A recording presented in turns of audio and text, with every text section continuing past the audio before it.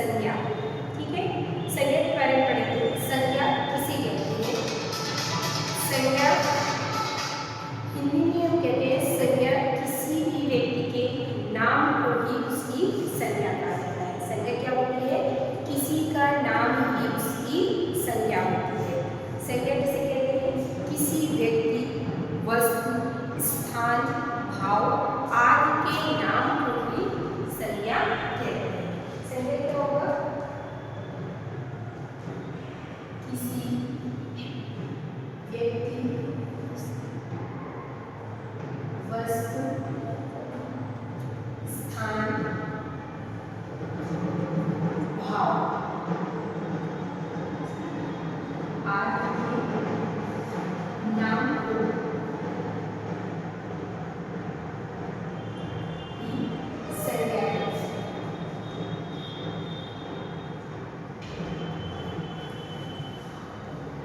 ठीक है, संज्ञा किसे कहते हैं?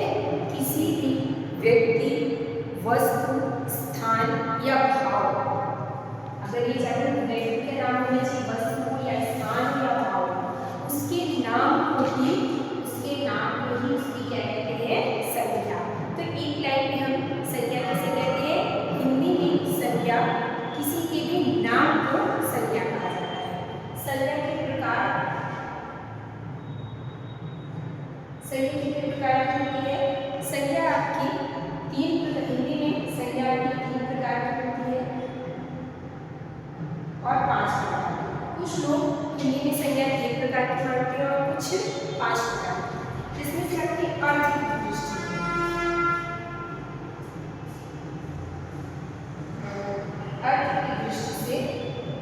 संज्ञा कितने प्रकार की होती है? 3 प्रकार। ठीक है, यही 3 आपका जो है, जो आपके 3 आते हैं। पहला आपका हो गया व्यक्तिवाची संज्ञा, भाववाची संज्ञा और जातिवाची संज्ञा। ठीक है, जातिवाची संज्ञा के अंतर्गत कुछ लोगों ने समूहवाची संज्ञा और द्रव्यवाची संज्ञा को जातिवाची संज्ञा के अंतर्गत रखा है। तो ये 3 प्रकार होते हैं, पर कुछ लोग समूहवाची संज्ञा के अंतर्गत इसको न रख करके अलग अलग मानते हैं। जातिवाची संज्ञा के अंदर न रख करके समूहवाचक और द्रव्यवाचक को अलग अलग मानते हैं। तो उन्होंने कितने प्रकार हैं? 5 प्रकार। अर्थ की दृष्टि से संज्ञा कितनी? 3 या 5 प्रकार की। अर्थ की दृष्टि से संज्ञा कितने प्रकार की होती है? 3 या 5 प्रकार की होती है। ठीक है, कौन कौन सी होती है? पहला आपका होता है व्यक्तिवाची संज्ञा,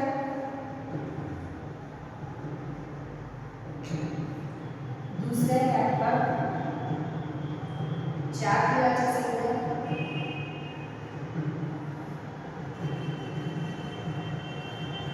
और तीसरा है आपका भाववाची संज्ञा।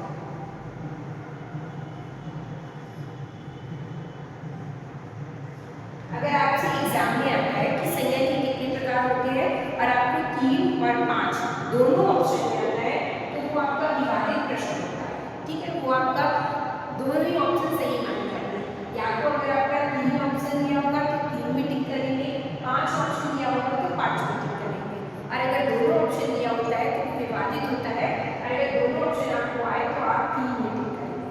ठीक है, तो देखिए आपकी व्यक्तिवाचक, जातिवाचक और भाववाची संज्ञा। कुछ आचार्यों ने जातिवाची संज्ञा के अंतर्गत 2 और कौन सी संज्ञाएं रखी है? आपकी समूहवाची संज्ञा,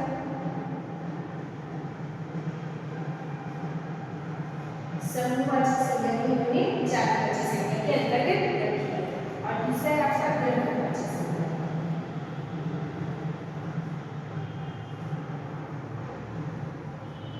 द्रव्यवाची संज्ञा और समूहवाची संज्ञा भी क्या है? एक जातिवाची संज्ञा के रूप में लोगों ने माना है। और कुछ लोग जो है वो इन्हें अलग अलग चीजें मानते हैं कि एक आपका व्यक्तिवाची संज्ञा, जातिवाची संज्ञा, भाववाची संज्ञा, और चौथा आपका समूहवाची और द्रव्यवाची, पांचवा आपका द्रव्यवाची संज्ञा। ठीक है, तो आपने देखा कि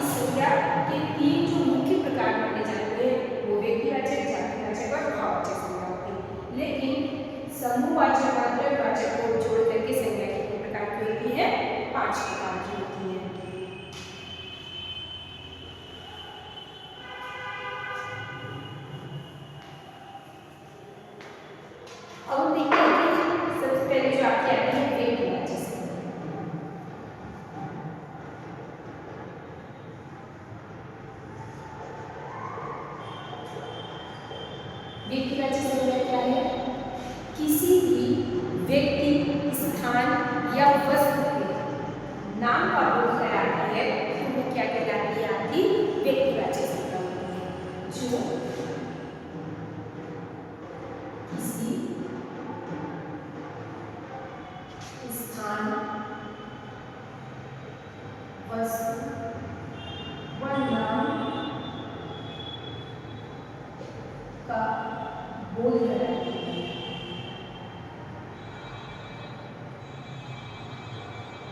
तो वो क्या हो गई? आपकी व्यक्तिवाचक संज्ञा। जैसे व्यक्तिवाचक संज्ञा के अंतर्गत जैसे आपका हो गया गंगा, ठीक है, गंगा नाम हमने लिया तो गंगा नाम लेने पे हमें क्या सिर्फ गंगा नदी के बारे में ही पता चलता है, ठीक है। तो हमारी ये व्यक्तिवाचक संज्ञा यानी कि जिसका नाम लेने से हमें पता चलती है कि किसी एक व्यक्ति का ही नाम है, तो वहाँ पे क्या हो जाएगी? व्यक्तिवाचक संज्ञा, जिसमें केवल एक का ही बोध होता है। जैसे कि आपका लिख दिया राम, तो राम की क्या है? नाम है किसी का, ठीक है। तो किसी का नाम है तो ये आपका नाम क्या है? ये व्यक्तिवाचक संज्ञा के अंतर्गत है। जैसे आपका रामायण, रामायण है तो रामायण जो है क्या होगी? एक ही ग्रंथ है। रामायण बहुत तरह के तो नहीं मिलते हैं, या किसी जाति का बोध दिखलाते हैं या किसी भाव से ये क्या केवल एक नाम है जो कि एक व्यक्तिवाचक यानी कि एक सिंगल रूप में आपको इसका बोध कराया जाता है। जैसे कोई स्थान हो गया, ठीक है, स्थान आपका जैसे दिल्ली, आगरा, कानपुर, इलाहाबाद, जितने भी आपके होते हैं ये स्थान क्या हो गए? आपके व्यक्तिवाचक संज्ञा के रूप में आते हैं। ये आपका हो गया व्यक्तिवाचक संज्ञा। दूसरा आपका आता है जातिवाचक संज्ञा।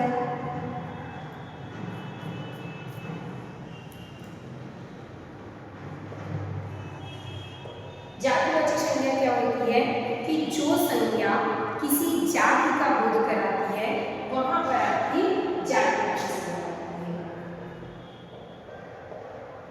जो संज्ञा किसी जाति का बोध कराती है,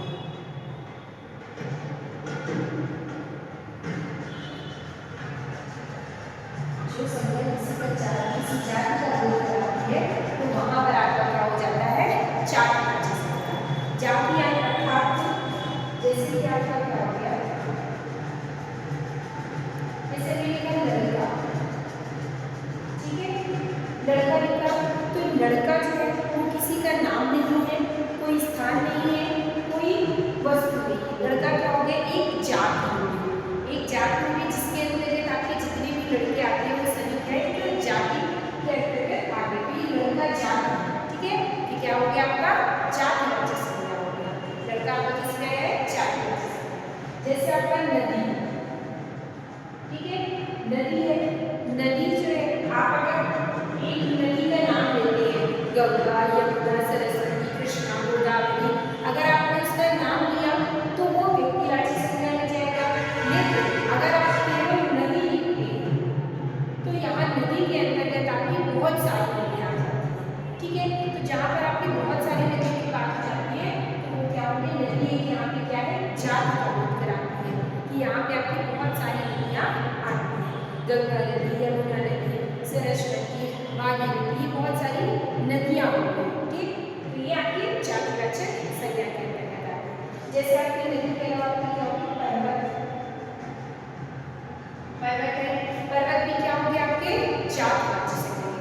अगर आपको पर्वत का नाम दे दें कि हिमालय पर्वत, अगर हिमालय नाम दे, आपकी हिमालय पर्वत नाम दे तो ये किसी एक ही हिमालय अर्थात कि एक ही हिमालय हो सकता है।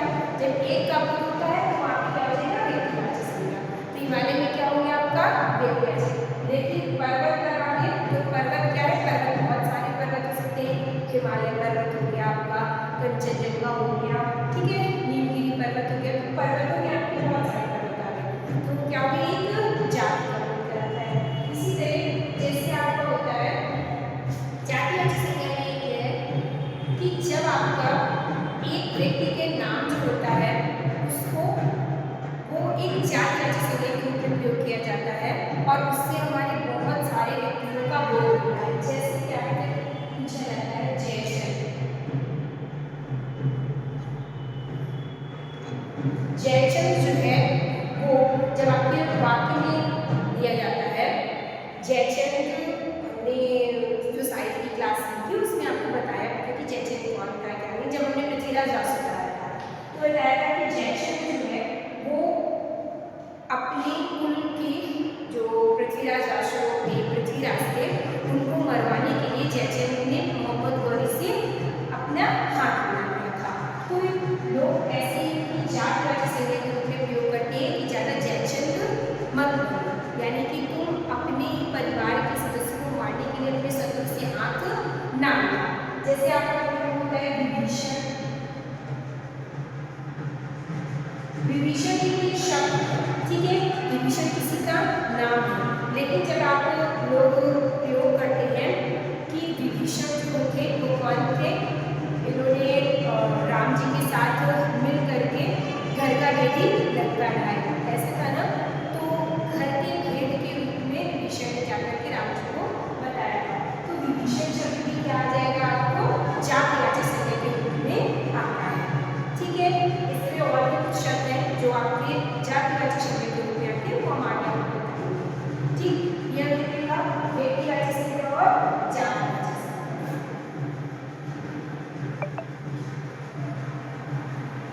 अब अगला आपका आता है समूहवाचक। तीसरा आपका पहला आपका व्यक्तिवाचक, दूसरा जातिवाचक और तीसरा आपका भाववाचक, ठीक है। समूहवाचक और व्यक्तिवाचक तो आपका जातिवाचक संज्ञा के बारे में आता है। भाववाचक संज्ञा क्या होती है, किसी स्थिति, अवस्था, दशा, भाव, गुण, दोष आदि का बोध कराने वाली संज्ञा कहलाती है भाववाचक। अर्थात कि जो आपके भाव को प्रकट करे वो आपकी भाववाचक संज्ञा होती है। जैसे कि किसी स्थिति, अवस्था, आपकी क्या स्थिति है उसका बोध कराएगा, अवस्था क्या दशा है, आपका भाव क्या है, आपके गुण, दोष आदि का बोध कराने वाली संज्ञा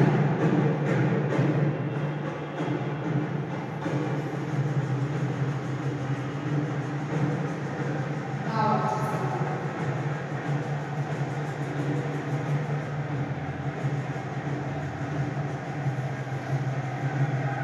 तो भाववाचक संज्ञा के अंदर क्या आता है, आपकी स्थिति, अवस्था क्या है, दशा क्या है, भाव क्या है, गुण, अगर दोष, इन सब का प्रयोग होता है तो वो क्या होगी, आपकी भाववाचक संज्ञाएं आती हैं। भाववाचक संज्ञाओं के अंदर जैसे कि आपका आपकी हो गई ईमानदारी,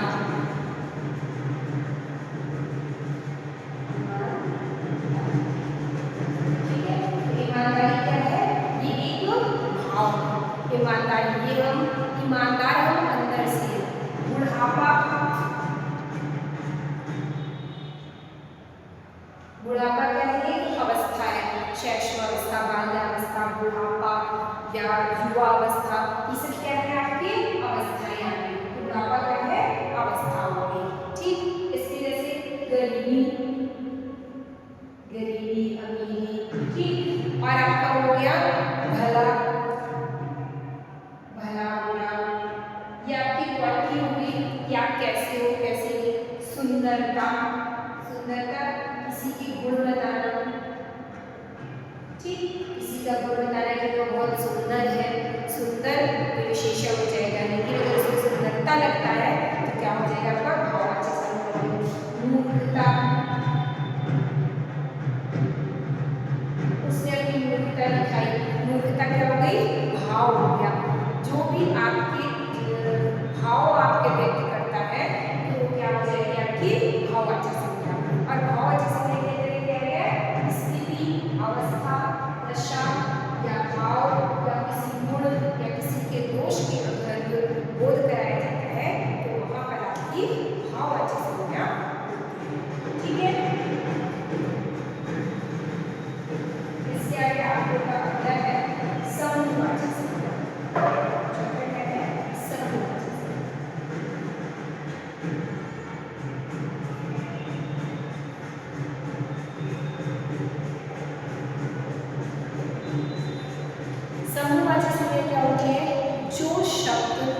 समूह का बोध कराती है वो क्या कहलाती है? समूहवाचक संज्ञा। तो समूहवाचक संज्ञा क्या होगी? जो शब्द समूह का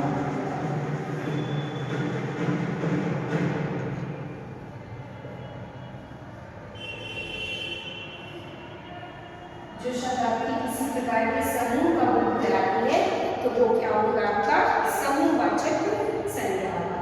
समूहवाचक संज्ञा में जैसे आपके जैसा आपका हो गया वर्ग, टीम, सेना, पुलिस, ठीक। तो ये सब क्या है आपके? कक्षा, सभा, संघ, समिति, परिवार, ये सब क्या हो गया आपके? समूहवाचक संज्ञा हो गए। जैसे कि आपका ये टीम का हो गया, तो टीम में टीम एक सिंगल आदमी की तो टीम बनती नहीं है। टीम में कम से कम आपके 3 से 4, 5 जितने भी लोग रहेंगे तो आपके 1 से अधिक लोग रहेंगे तभी वो आपकी टीम बन पाएगी, ठीक है। तो जहाँ पर आपका समूह का बोध कराया जाता है, जहाँ बहुत सारे लोगों को बोध होता है, वो क्या होता है? आपका समूहवाचक संज्ञा होती है। और इससे पहले हमने आपको जातिवाचक संज्ञा जब पढ़ाया था तो उसमें बताया था कि उसमें भी आपको क्या एक जाति का बोध होता है। जैसे लड़का हो गया तो लड़का भी एक जाति है जिसमें बहुत सारे लड़कों का बोध होता है। इसीलिए समूहवाचक संज्ञा को कुछ लोग जातिवाचक संज्ञा के अंतर्गत रखते हैं। क्यों? क्योंकि जैसे टीम हो गया, सेना, सेना किसी एक व्यक्ति से मिलकर नहीं बनती है। सेना जब होती है तो उसमें भी एक कई फौजियों का वो समूह होता है। पुलिस भी है, किसी एक व्यक्ति को आप पुलिस नहीं कहेंगे, पुलिस एक आपका पूरा समूह है, ठीक। कक्षा, कक्षा आपकी बनती है बहुत सारे बच्चों से होती है, एक सिंगल बच्चे से कक्षा नहीं होती। तो आपके ये सब क्या हो गई? समूहवाचक। सभा, अगर आप कोई सभा करते हैं तो एक रूप से सिंगल सभा नहीं की जाती है, आपकी सभा में बहुत सारे लोग वहाँ पे मौजूद होते हैं। संघ हो गया, समिति, परिवार, परिवार भी जब तक आप सिंगल हैं आपको कोई परिवार नहीं कहा जाता, चाहे शादी हो गई, बच्चे हो गए तो आपका क्या बन गया? वो परिवार। तो परिवार में भी क्या? लोगों का समूह है, ठीक है। जहाँ पे समूह का बोध होता है वो कौन सी होती है? आपकी समूहवाचक संज्ञा कही जाती है। इसके बाद आपका अगला आता है 5वां आपका द्रव्यवाचक संज्ञा।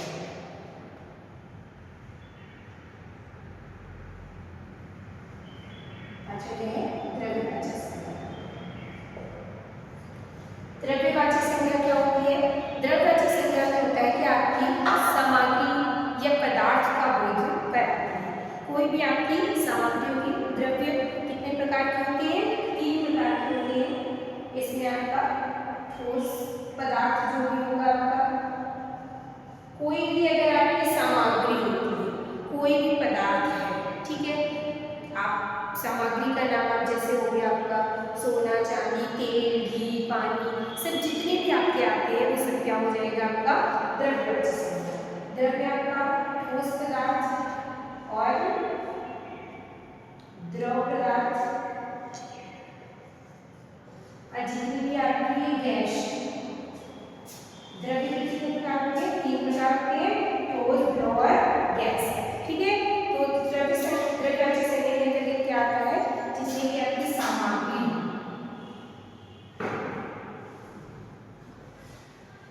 सामग्री या पदार्थ का बोध कराती है,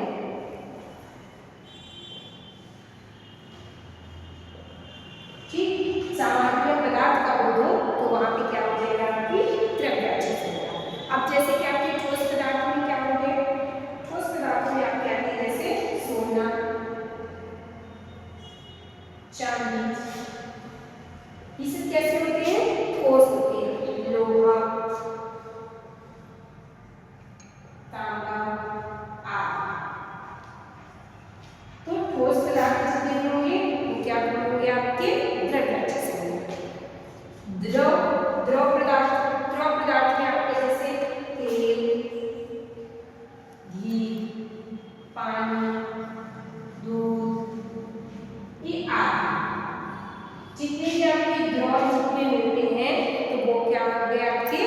ये आपके दृढ़वाचक संज्ञा।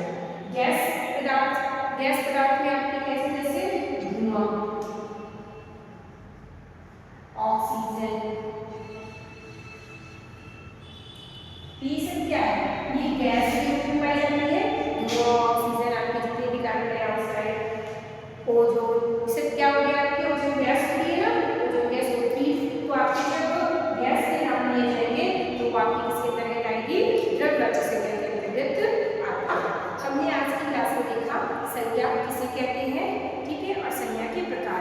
अब हम आपको अगली क्लास में देखेंगे कि कैसे हम जातिवाचक संज्ञा से भाववाचक संज्ञा या आपके सर्वनाम से भाववाचक संज्ञा, विशेषण से भाववाचक संज्ञा कैसे